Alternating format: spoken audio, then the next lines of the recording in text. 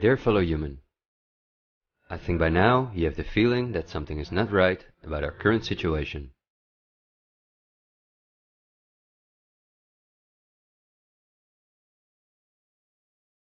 But I also think that the many ill-founded conspiracy theories may have caused you to distance yourself from both the media scaremongering and from those who spread the conspiracy theories.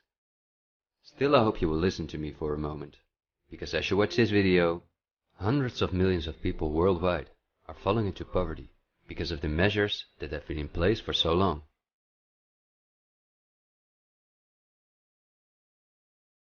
And although the biggest economic crisis that we will ever experience may not have affected you personally yet, it's only a matter of time before the ripple effects also reach you and your loved ones. This is not alarmism, but the harsh reality we face. I also think that we can limit the damage and even benefit from it if we are properly and objectively informed about our current situation. Therefore, I would like to show you some easy verifiable facts that I think are essential. Less than a handful of megacorporations dominate every aspect of our lives.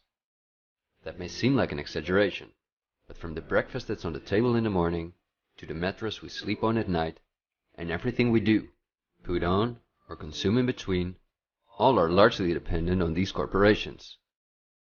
These are investment companies of immense proportions, and they manage the major money flows on Earth. They are the protagonists of the play which we are currently witnessing.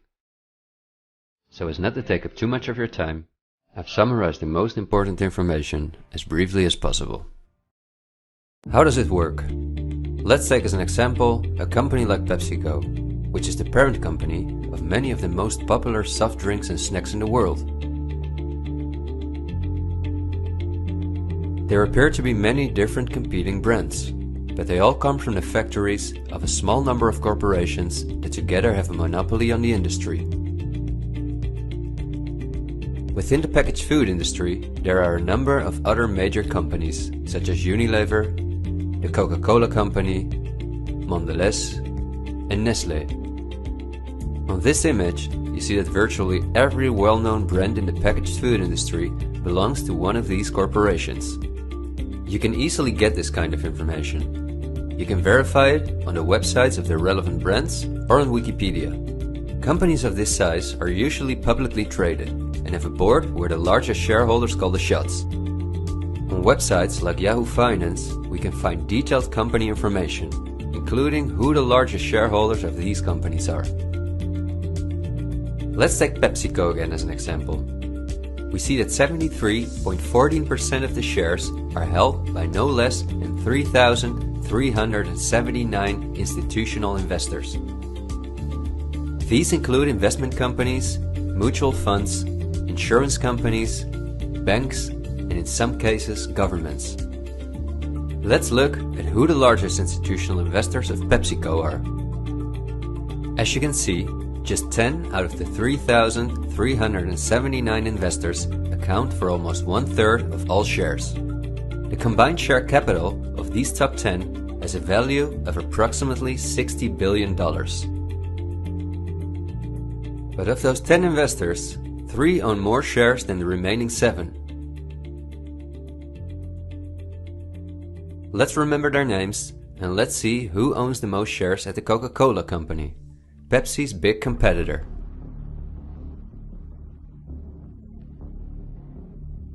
We see that just like with PepsiCo, the majority of the shares are held by institutional investors. Let's look at the top 10 and start with the last one of them. 4 out of these 6 institutional investors we also saw at the last 6 of PepsiCo.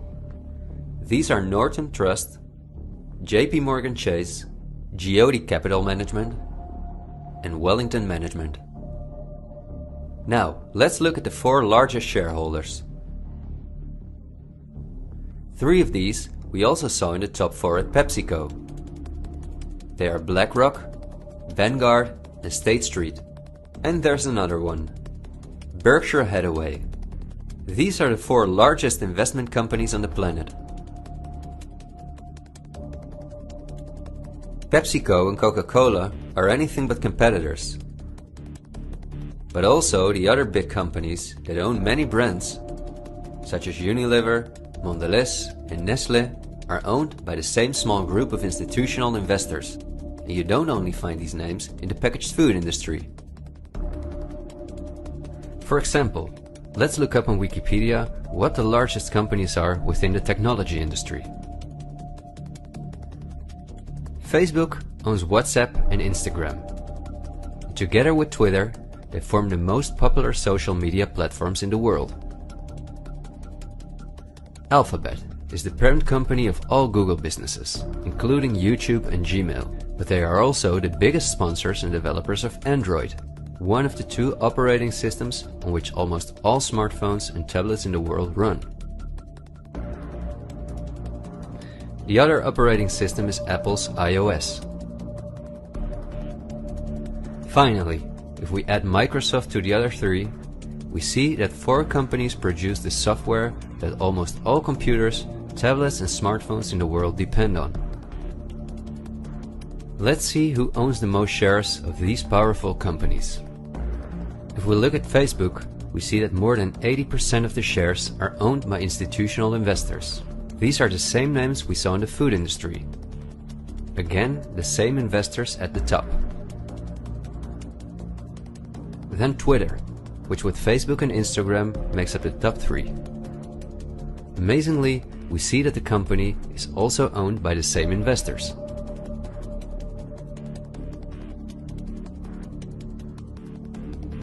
We see them at Apple, but also with their big competitor Microsoft.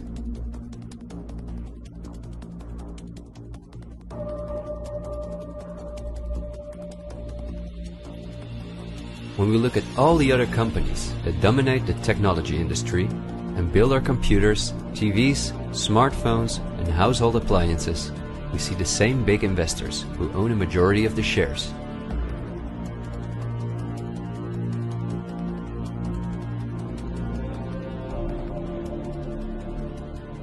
We see this within all industries around the world. And just to show you that I'm not exaggerating, I'll give you another example. Let's say we want to plan a vacation. On our computer or smartphone, we look for a cheap flight to the sun through websites like Skyscanner and Expedia, both of which belong to the same group of institutional investors. We fly with one of the many airlines, of which the majority of the shares are often owned by the same investors or by governments, like Air France-KLM. The aircraft we fly is in most cases a Boeing or an Airbus. Again, we see the same names. We look for a hotel or an apartment through Booking.com or Airbnb.com. Once we arrive at our destination, we go out for dinner, then we write a review on TripAdvisor. The same investors are at the basis of every aspect of our journey, and their power goes even much further, because even the kerosene that fuels the plane comes from one of their many oil companies and refineries. Just like the steel that the plane is made of comes from one of their many mining companies. This small club of investment companies, banks and mutual funds are also the largest shareholders in the primary industries, where raw materials come from. If we look on Wikipedia for the largest mining companies in the world, we see that their shareholders are the same institutional investors we see everywhere else. The same goes for the largest agricultural companies in the world, that our entire food industry depends on.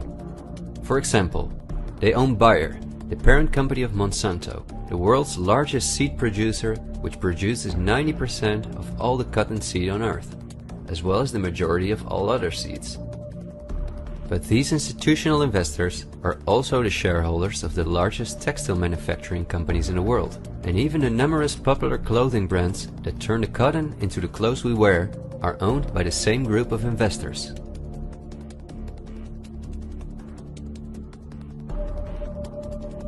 Whether we have the world's largest solar panel producers or the largest oil refineries, the shares are managed by the same companies. They own the tobacco companies, who produce all the popular tobacco brands in the world.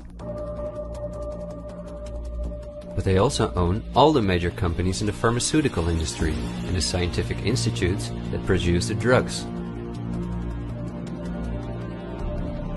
They own the companies that produce our metals and raw materials, and the entire automobile, aircraft and arms industry where those metals and raw materials are processed.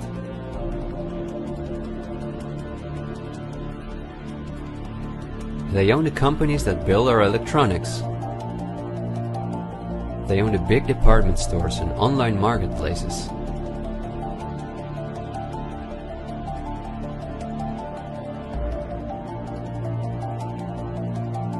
And even the payment methods that we use to pay for their products.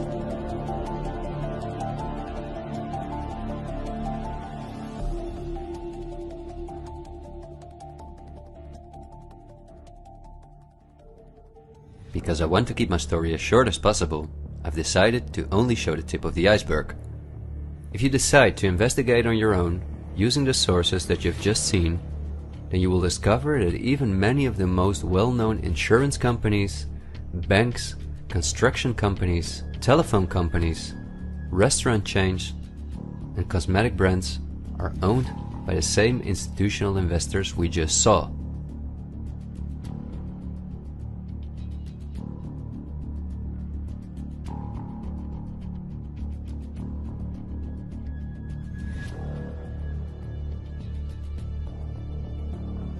These institutional investors are, as I told you earlier, mainly investment companies, banks and insurance companies.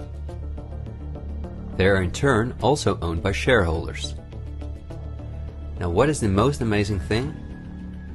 All of these institutional investors own each other's shares, and together they form an immense network that we can compare to a pyramid. The smaller institutional investors are owned by larger investors, who in turn belong to even larger investors. The visible top of this pyramid consists of only two companies, and we have seen their names many times by now. They are Vanguard and BlackRock. The power of these two companies is something we can barely imagine. Not only are they the largest institutional investors of every major company on Earth, they also own the other institutional investors of those companies, giving them a complete monopoly. According to a report by Bloomberg, one of the most respected institutions in the world in the field of financial data and analytics, experts expect that by 2028 both companies will collectively manage about $20 trillion in investments, and in the process will own almost everything on Earth. The same Bloomberg called BlackRock the fourth arm of government, because it is the only non-government entity that has a close relationship with the federal banks, also called the central banks. BlackRock not only lends money to the federal banks, but is also their principal advisor and the developer of the computer system that the federal banks use. Dozens of BlackRock employees had senior positions in the White House during the Bush and the Obama administrations, and currently under Joe Biden. BlackRock CEO Larry Fink is a welcome guest with many heads of state and politicians, and understandably so. He's the face of the company that pulls the strings.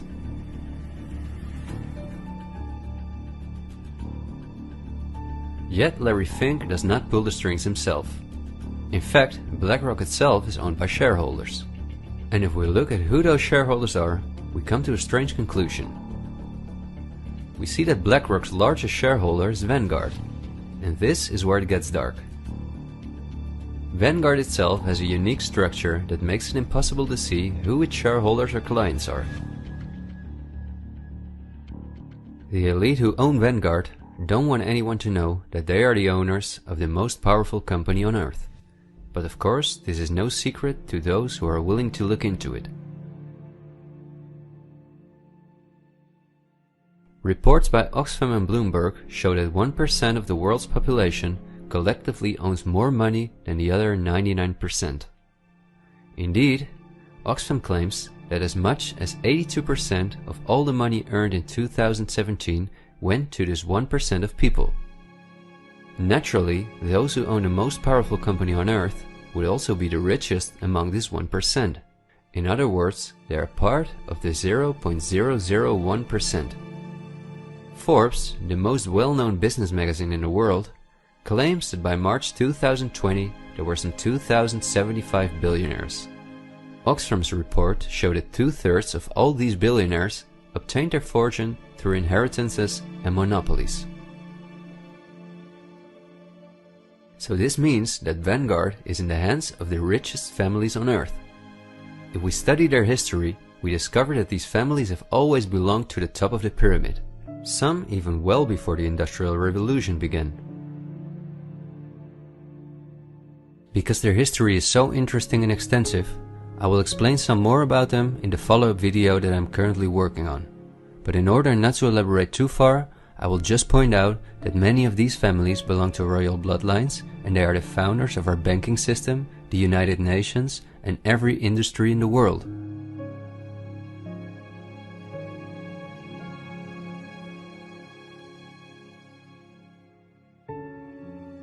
These families never lost their power, but because of an increasing world population, they were forced to hide behind investment companies such as Vanguard, whose largest shareholders are the private funds and non-profit organizations of these families.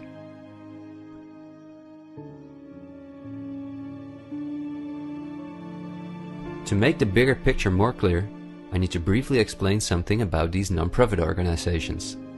These are the links that connect the business community with politics and the media, allowing major conflicts of interest. At first glance, however, this is not too noticeable. Non-profits, also called foundations, are organizations that rely on donations, and they do not have to publish from whom they receive those donations. They can invest this money in whatever they want, and do not have to pay tax on their profits as long as those profits are reinvested in other projects that they are involved in. Non-profits can move hundreds of billions of dollars from invisible investors. According to a report by the Australian government, this makes non-profit organizations ideal to finance terrorist groups and launder large sums of money.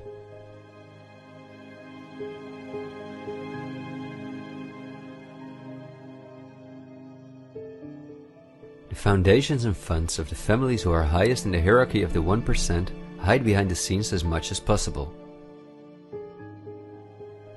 However, for cases that have a lot of publicity and attention, they use the foundations of philanthropist families that are lower in the ranking, but who are also extremely wealthy. In order to be concise, I will only highlight the 3 most important foundations in the world that connect all the industries in the world to each other. These are the Bill and Melinda Gates Foundation, the Open Society Foundations of the controversial multi-billionaire George Soros, and the Clinton Foundation. A very brief introduction to give you an idea of the size of these types of foundations. According to the official website of the World Economic Forum, the Gates Foundation is the largest funder of the World Health Organization, after President Donald Trump halted the funding of the WHO by the US in 2020. This makes the Gates Foundation one of the most influential organizations in the world in the area of everything that relates to our health. The Gates Foundation has a close partnership with the 16 largest pharmaceutical companies in the world, including Pfizer, AstraZeneca, Johnson & Johnson, BioNTech, and Bayer, and we have just seen who own the most shares of these companies.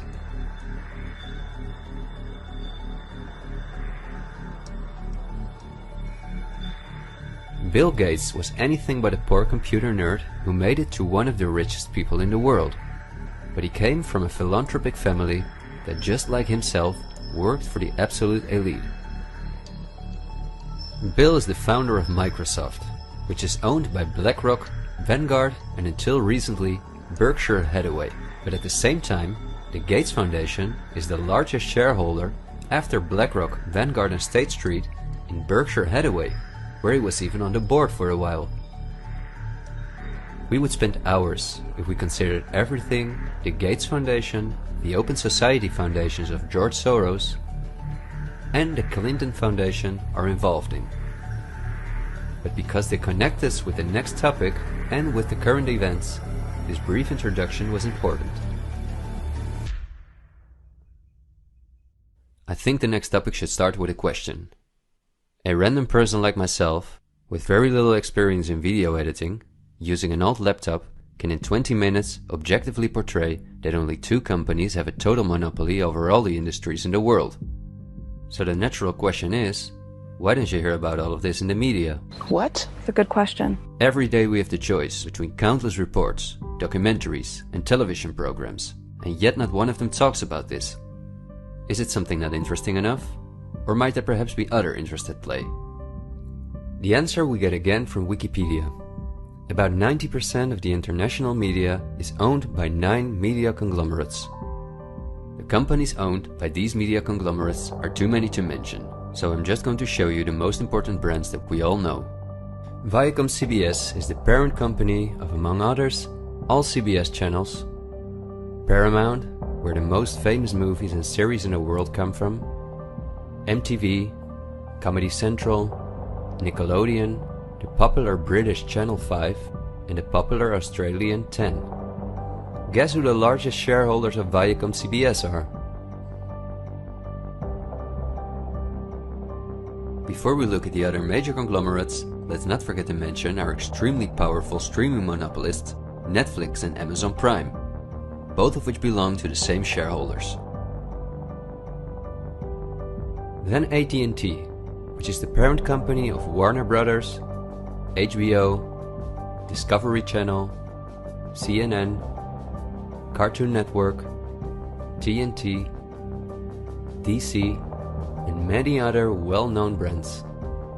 Guess who the largest shareholders of AT&T are?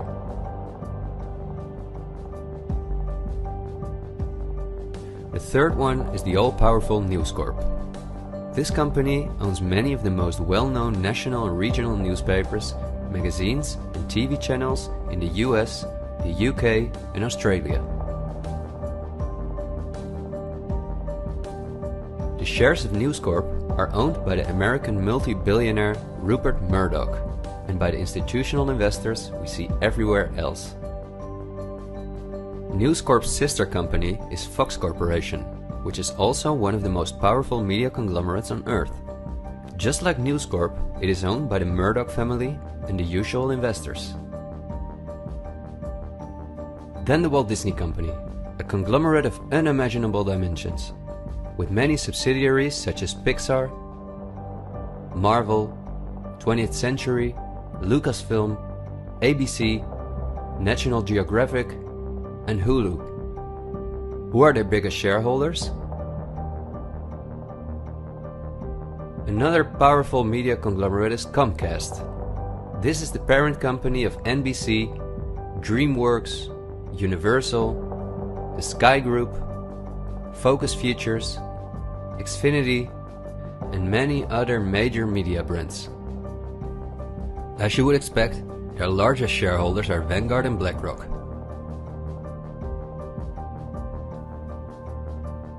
I could go on for hours and show that in almost every country on Earth, the local media is in the hands of these kind of conglomerates, which in turn are owned by our institutional investors or by extremely rich and powerful elite families. In the UK, for example, virtually all popular newspapers and magazines are owned by the Daily Mail Group, Reach and the aforementioned News Corp. In the Netherlands, the entire media is in the hands of the Persgroep, Mediahuis and Bertelsmann. And in Germany, the entire media is either controlled by the German government, ProSiebenSat.1, Axel Springer, and again Bertelsmann, which is also a conglomerate of unprecedented dimensions.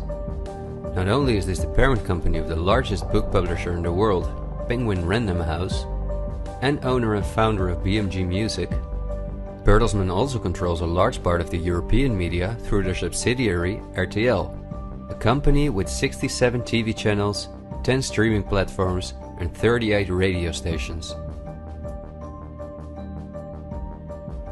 Bertelsmann is owned by the ultra-rich Bertelsmann-Mohn family, who openly collaborated with the Nazis.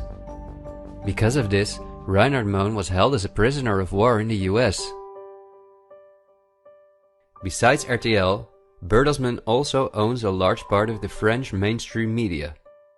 And together with Mediaset, the powerful Italian conglomerate of former President Berlusconi that controls the most important part of the Italian mainstream media, they also own all popular Spanish TV channels. Now, to complete the picture, let's look at where the news comes from that all these media outlets are feeding us on a daily basis. The various news media do not produce their news themselves, but use information and images from news agencies such as Reuters, the Dutch ANP, and the French AFP. These organizations are anything but independent. Reuters is owned by the powerful Canadian Thomson family. The ANP is owned by Dutch investor Kees Omen, and the AFP is largely financed by the French government.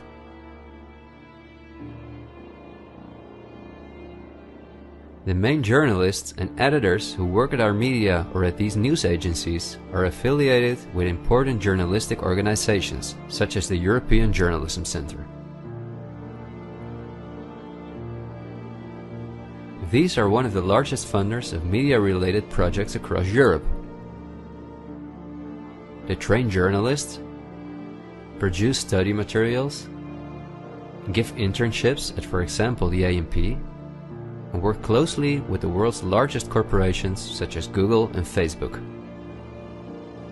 For journalistic analysis and opinion, all the major media outlets in the world use Project Syndicate, the most powerful organization within its field. It supplies the 506 most important media outlets in 156 countries.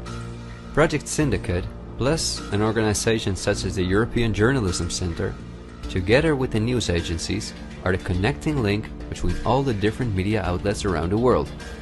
When newscasters read the news from their teleprompters, there is a good chance that the text comes from one of these organizations. As a result, the global media is often synchronized in its reporting. We are concerned about trouble and treatment of irresponsible, one-sided news stories plaguing our country. The sharing of biased and false news has become all too common on social media. More alarming, some media outlets publish these same fake stories without checking facts first. The sharing of biased and false news has become all too common on social media. More alarming, some media outlets publish these stories simply aren't true without checking facts first. Unfortunately, some members of the media use their platforms to push their own personal bias and agenda to control exactly what people think. And this is extremely dangerous to our democracy. This is extremely dangerous to our democracy. This is extremely dangerous to our democracy. This is extremely dangerous to our democracy. This is extremely dangerous to our democracy. This is extremely dangerous to our democracy. This is extremely dangerous to our democracy. This is extremely dangerous to our democracy. This is extremely dangerous to our democracy. This is extremely dangerous to our democracy. This is extremely dangerous to our democracy. This is extremely dangerous to our democracy. This is extremely dangerous to our democracy. In September 2020, the European Journalism Centre and Facebook set up a fund to support selected news organizations to do the reporting during the corona crisis. Let's see who the organizations are that, along with the news agencies, produce our news. At Project Syndicate, we see the Bill and Melinda Gates Foundation, the Open Society Foundation, and the European Journalism Centre.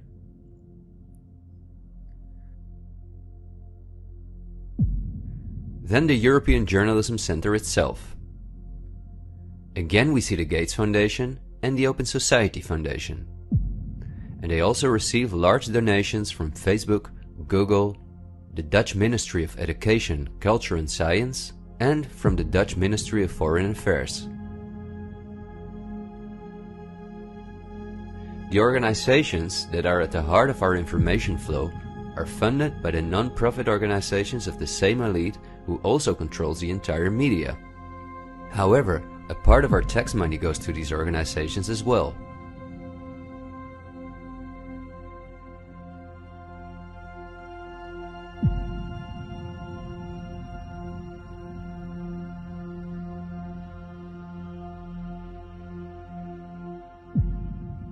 Okay, I realize this was a lot of information to process, and believe me, I've made it as short as possible, and I've only used those examples that seem necessary to show you the overall picture, so you can understand the current situation better.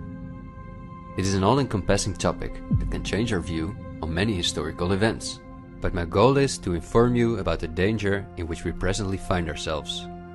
There will be enough time for us to delve into the past, so let's talk about the current events now. The elite that controls every aspect of our lives, up to the information that we receive, depends on an unimaginably coordinated collaboration to keep all the different industries on Earth connected to each other, in order to ensure they all work in the elite's interests. This happens at the World Economic Forum, one of the most important organizations in the world. At its annual meeting in Davos, the CEOs of the largest companies on Earth gather along with heads of state, politicians, and other influential individuals and organizations like UNICEF and Greenpeace. Serving on the board of trustees are former US Vice President and climate change guru Al Gore, BlackRock CEO Larry Fink, the President of the European Central Bank Christine Lagarde, the Director of CERN Fabiola Gianotti, the Queen of Jordan, the Director of the International Committee of the Red Cross Peter Maurer, and many other politicians and CEOs of the world's most influential companies. According to the WEF's official website, their annual membership fee ranges between 53,000 and 530,000 euros. But according to the WEF's year reports, around 71% of their total budget comes from its partners, who in this way pay for the membership of young politicians who cannot afford their own fee. Wikipedia reports the following. According to critics, the WEF is a business forum where the wealthiest companies can negotiate deals with other companies or with politicians. The purpose of the WEF for many of the participants would be personal gain instead of solving global problems. I don't like to make assumptions, but would there be so many problems on Earth if the key industry leaders, bankers and politicians since 1971 had gathered annually to solve our world's problems? Is it not strange that the world's leading environmental organizations have been meeting for 50 years with the CEOs of the most heavily polluting corporations while things just keep getting worse for our natural world?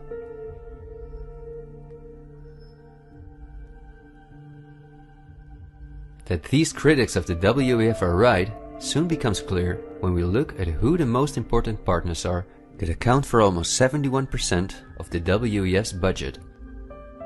There are BlackRock, the Open Society Foundations, the Bill and Melinda Gates Foundation, and many other large corporations of whom Vanguard and BlackRock own the shares directly or indirectly.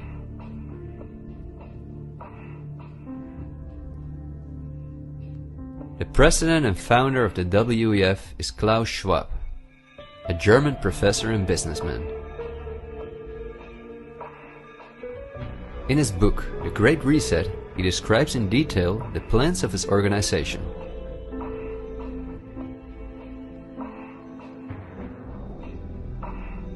The coronavirus, according to him, is the excellent opportunity to literally reset our society in every regard.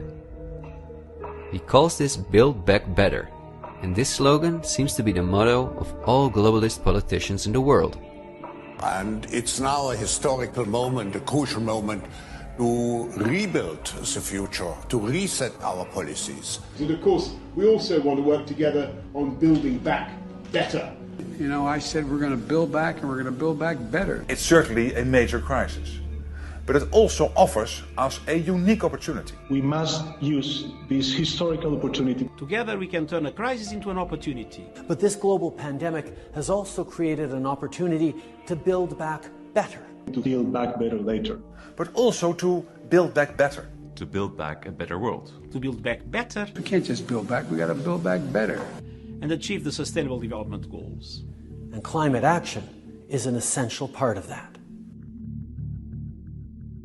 According to Schwab, our old society should be exchanged for a new one, in which countries give up their sovereignty to an all-encompassing world government, in which people own nothing but work for the state, in exchange for their housing, healthcare, and all their other basic needs. All of this is necessary, according to the WEF, because our modern consumer society, which the elite themselves imposed on us, can't keep going as it is. It's no longer sustainable.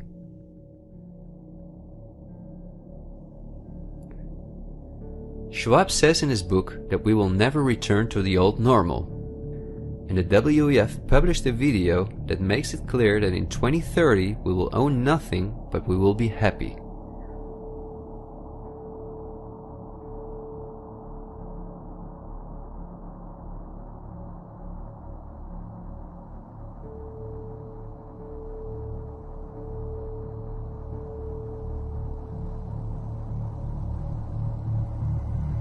You've probably heard some talk about the New World Order.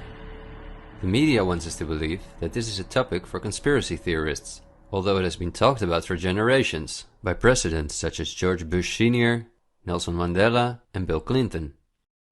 We have before us the opportunity to forge for ourselves and for future generations a new world order, a world where the rule of law, not the law of the jungle, governs the conduct of nations. When we are successful, and we will be, we have a real chance at this new world order, an order in which a credible United Nations can use its peacekeeping role to fulfill the promise and vision of the UN's founders. After 1989, President Bush said, and it's a phrase that I often use myself, that we needed a new world order. That the affirmative task we have now is to actually create a new world order. But also by the world's most famous philanthropists such as Cecil Rhodes, David Rockefeller, Henry Kissinger, and even George Soros. I think you need a new world order, that China has to be part of the process of creating it, and they have to buy in, they have to own it. These important figures, who apart from Mandela, were all among the top of the elite when they were still alive, are not the only ones who dream about an all-powerful world government. In 2015, the UN presented its controversial Agenda 2030, which is almost identical to Klaus Schwab's Great Reset. In their own words, the UN, like Schwab, wants to ensure that by 2030, poverty, hunger, environmental pollution, and disease no longer exist on Earth. It sounds like a sympathetic plan, until you read the fine print. You see, the idea is that Agenda 2030 is going to be paid for by us, the citizens. And just as it is currently required of us that we give up our basic rights for the sake of public health, we will be demanded to give up our wealth in favor of poverty reduction. These are not conspiracy theories. You can read this for yourself on their official website. In short, it boils down to this. The UN wants to take the tax money from all Western countries and give it to the mega corporations of the elite, who will be contracted to rebuild society. Globally, a completely new infrastructure is needed, because fossil fuels must be made a thing of the past, according to the UN. For this immense project, a world government is needed, says the UN. And the same UN takes it upon herself to be this global government. Just like Schwab, the UN also believes that a pandemic is the perfect opportunity to accelerate the implementation of Agenda 2030. It is worrisome that the WEF and the UN openly admit that they consider pandemics and other disasters as an opportunity to transform society, especially since we have seen that the elite have all the resources at their disposal to make us believe that there is a pandemic, and even to create one. So we certainly should not take these things lightly, and we should examine them carefully. And when we do that, we come across things that are even more troubling.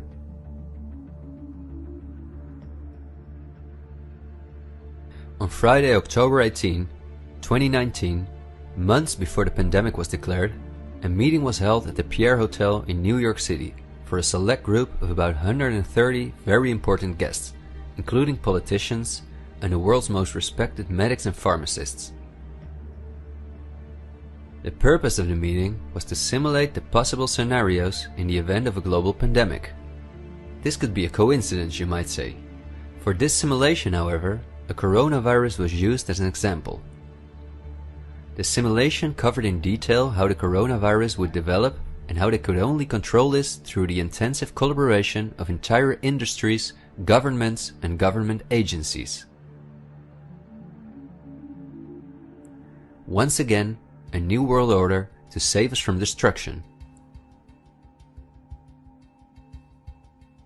Does it surprise you when I tell you that this meeting, called Event 201, was organized by none other than the World Economic Forum, the Bill and Melinda Gates Foundation, and the Johns Hopkins Institute? This is not a conspiracy theory. Check the official website of Event 201 for yourself.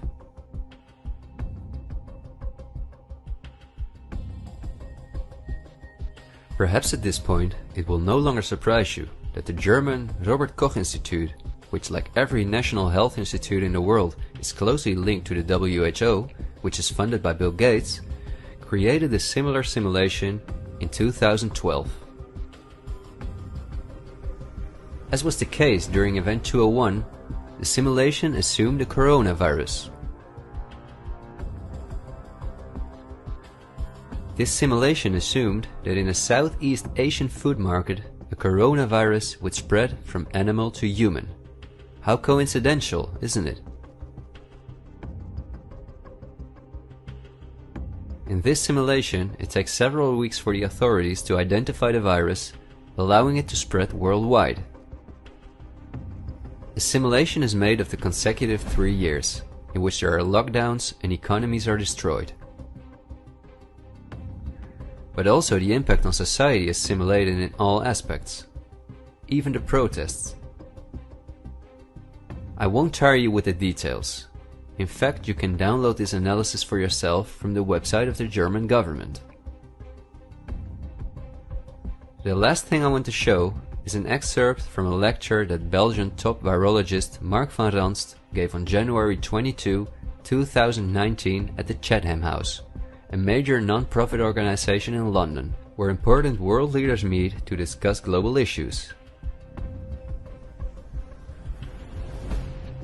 Winners of the Chatham House Prize include Hillary Clinton, Melinda Gates, and John Kerry.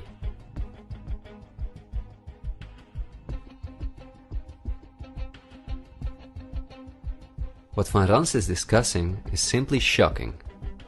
Van Ranst in fact explains how he has fooled the entire Belgian population during the swine flu through fear-mongering, out-of-context mortality rates, and media manipulation. He laughingly explains how he managed to impose the vaccine for the swine flu on the frightened Belgian population, a vaccine produced by the pharmaceutical companies he worked for. Thank you very much, Ab. Thanks for the invitation. And I was asked to tell you about my experiences being the crisis manager, the flu commissioner for Belgium, and highlighting the communication. And then you have one opportunity to do it right. I mean, day one is so important. In day one, you start your communication with the press, with the people, and you have to do it right. I mean, you have to go for one voice, one message. In Belgium, they chose to appoint a non-politician to do that. I mean, I have no party affiliations, and that makes things a little bit, at that time at least, a little bit easier, because you're not attacked politically, majority, minority. That doesn't come into play, and that was a huge advantage. The second advantage is that you can play in Brussels the complete naive guy and get a lot more done than you would otherwise be able to do. You have to be omnipresent that first day or the first days, so that you attract the media attention. You make an agreement with them that you will tell them all, and if they call, you will pick up the phone. When you do that, then you can profit from these early days to get complete carpet coverage of the field, and they're not going to search for alternative voices there. And if you do that, that makes things a lot easier. These first weeks, That's easy street. When you have no opposition and everybody needs news and they can come to you for news, you can bring quite a lot of neutral information, and it is picked up, and it is well, the news is brought the way you bring it, and that is you can only do that in the first couple of weeks or months. And then you have to say, okay, well, we will have H1N1 deaths. Of course, that would be unavoidable. I used there Sir Donaldson's quote, where he said that in the UK, by the peak of the epidemic, 40 people would die per day at the end of the summer. So 62 at that time million people in the UK, 40 deaths a day. I worked it out for Belgium. That would be 7 deaths a day at the peak of the epidemic. I used that in the media. 7 Belgian flu deaths per day at the peak of the epidemic would be realistic. That is true in every year, even interpandemically. That is very, very conservative. However, talking about fatalities is important, because when you say that, people say, wow, what do you mean? People die because of influenza? And that was a necessary step to take. And then, of course, a couple of days later, you had the first H1N1 death in the country, and the scene was set and it was already talked about. And then you had to pick who is going to be vaccinated first. And then, well, women and children first, whatever. I mean, risk groups, they were important. And then I misused the fact that the top football soccer clubs in Belgium inappropriately and against all agreements vaccinated they made their soccer players priority people. So I said I can use that. Because if the population really believes that this vaccine is so desirable that even the soccer players would be dishonest to get their vaccine, I said, okay, I can play with that. So I made a big fuss about this. This is Van Ranst is raving mad. But it worked.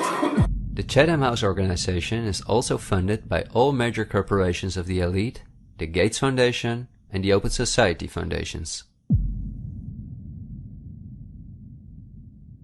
We could talk for hours about the coronavirus, which has a survival rate of 99.98%, and about the incomprehensible measures that are destroying our society.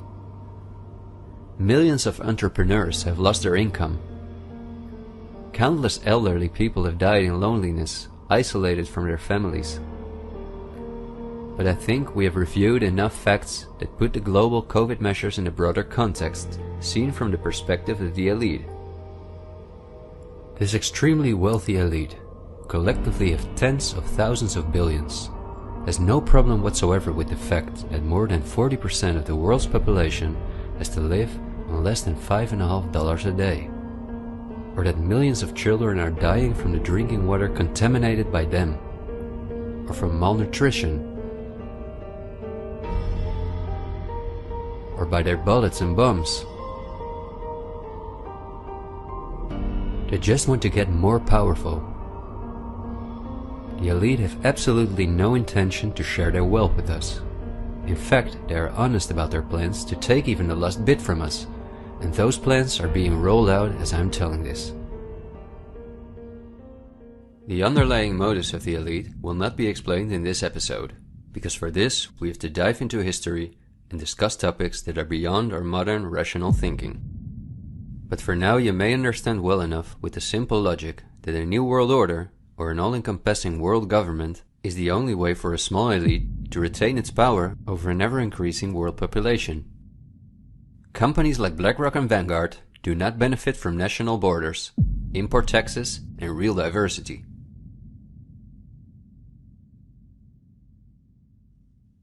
Only through fear and media manipulation can they maintain their grip on all of us. And I deliberately haven't even mentioned the inhumane blackmailing methods by which the elite keep their own most important minions in line. Because if this topic has aroused your curiosity, you will undoubtedly find out all about this in time.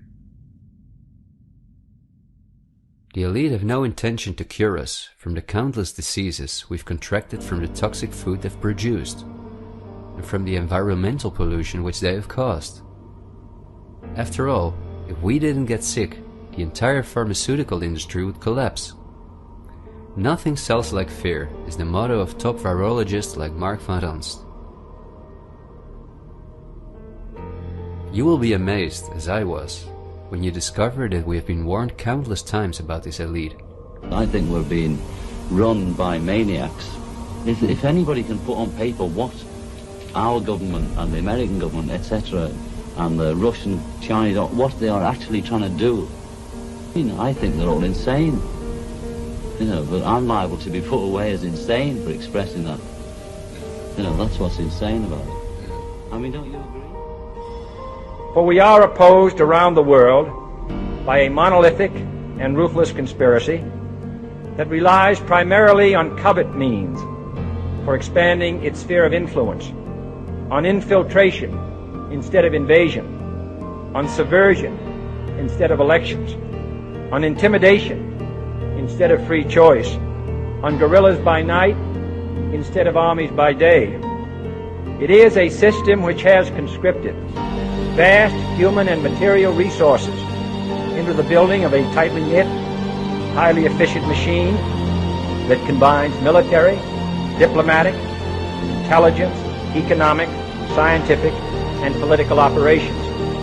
Its preparations are concealed, not published. Its mistakes are buried, not headlined. Its dissenters are silenced, not praised.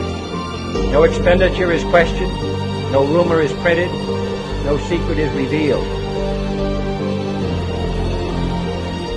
President Kennedy has been assassinated. It's official now. The president is dead. Women here in shock, some have fainted. Grown men, Secret Service men standing by the emergency room, tears streaming down their face. There's only one word to describe the picture here, and that's grief, and much of it.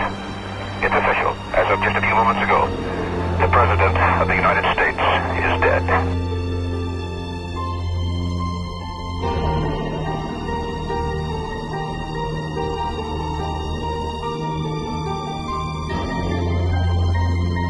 When you're talking about like really elite levels, the name of the game is blackmail. That's what runs the whole system, basically. They want compromised people because they're easy to control. I'm not suicidal. I'm not suicidal.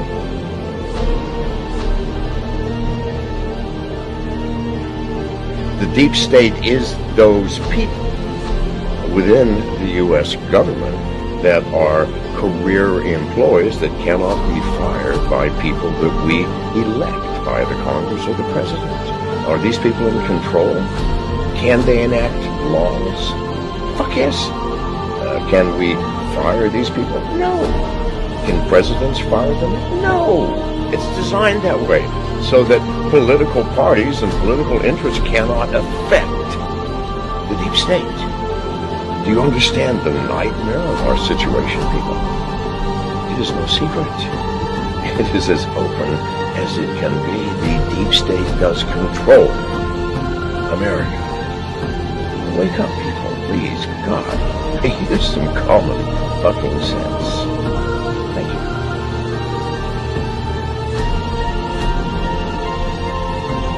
Something like 1984 could potentially happen. This is the direction the world is going in at the present time. In our world, there will be no emotions except fear, rage, triumph, and self-abasement. The sex instinct will be eradicated. There will be no loyalty except loyalty to the party. But always there will be the intoxication of power. Always, at every moment, there will be the thrill of victory, the sensation of trampling on an enemy who is helpless. If you want a picture of the future, imagine a boot stamping on a human face forever. The moral to be drawn from this dangerous nightmare situation is a simple one. Don't let it happen. It depends on you. With this video, I hope to reach you, to reduce the ever-increasing distance between us. Only when we are divided can the elite retain its power over us. The greatest fear of the elite is that we will realize what is really going on Earth. And the only way the elite thinks they can prevent this from happening is through censorship,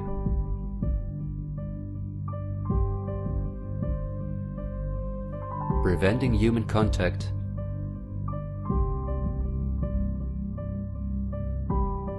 the incessant framing of political opponents and those who think differently,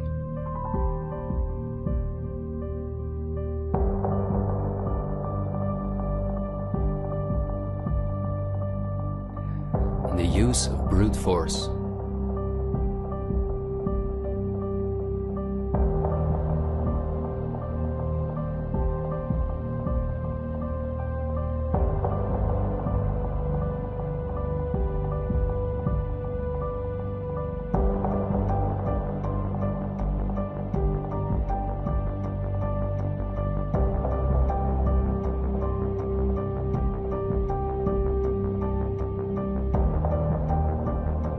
The plans of the elite are clear, and so is the ruthless way in which they want to accomplish them.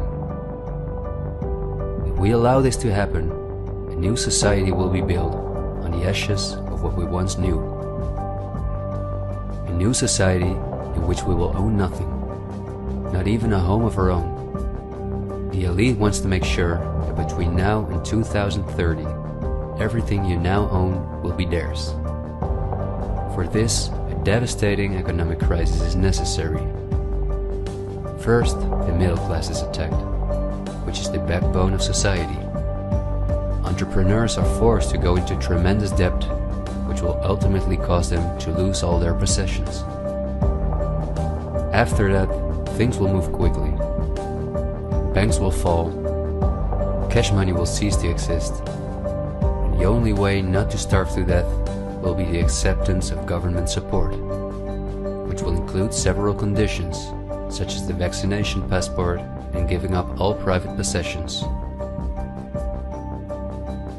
Because the entrepreneurs are the first to fall, many others won't immediately feel the crisis. The people remain divided among themselves until it is too late. This is not a doomsday scenario that I've made up. This is simply the Great Reset. The New World Order, which has been prepared for many generations, and which has been extensively tested in every communist dictatorship in the world.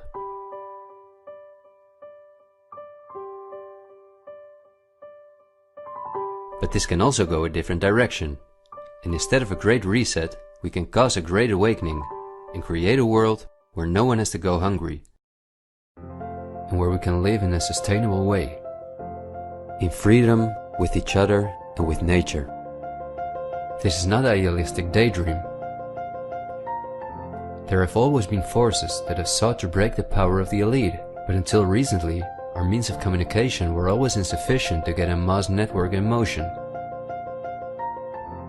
The elite have always kept us in ignorance about the discoveries of geniuses such as Tesla, who was far advanced in the field of clean, free energy. Or Dr. Rife, who used radio waves to cure at least 16 terminal cancer patients before he, just as Tesla, died in a suspicious manner. Or Henry Ford, who in 1941 had already made a car out of bioplastic that proved stronger than steel.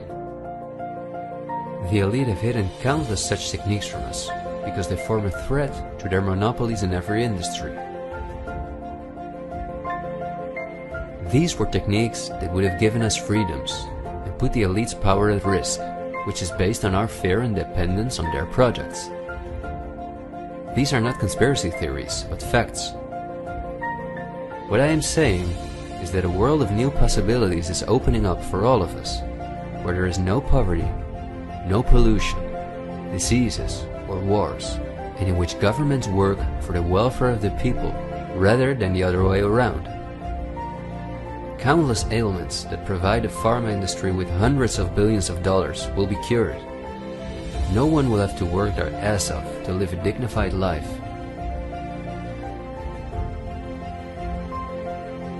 People will no longer live in fear because of the lies of the media, the pharma industry, the climate lobbies, and politicians. It's all on the horizon, but we have to go through the storm first and recognize what the real problem is in our society. I want to thank you for listening to me, and I hope someday, in freedom, together we'll reflect back on this unique moment in history. There is still so much to tell, but we will save the rest for later. This video was only intended as an introduction. This is where our journey starts, and it will be a difficult one, but we will undertake it together, and we will help each other get up when we fall.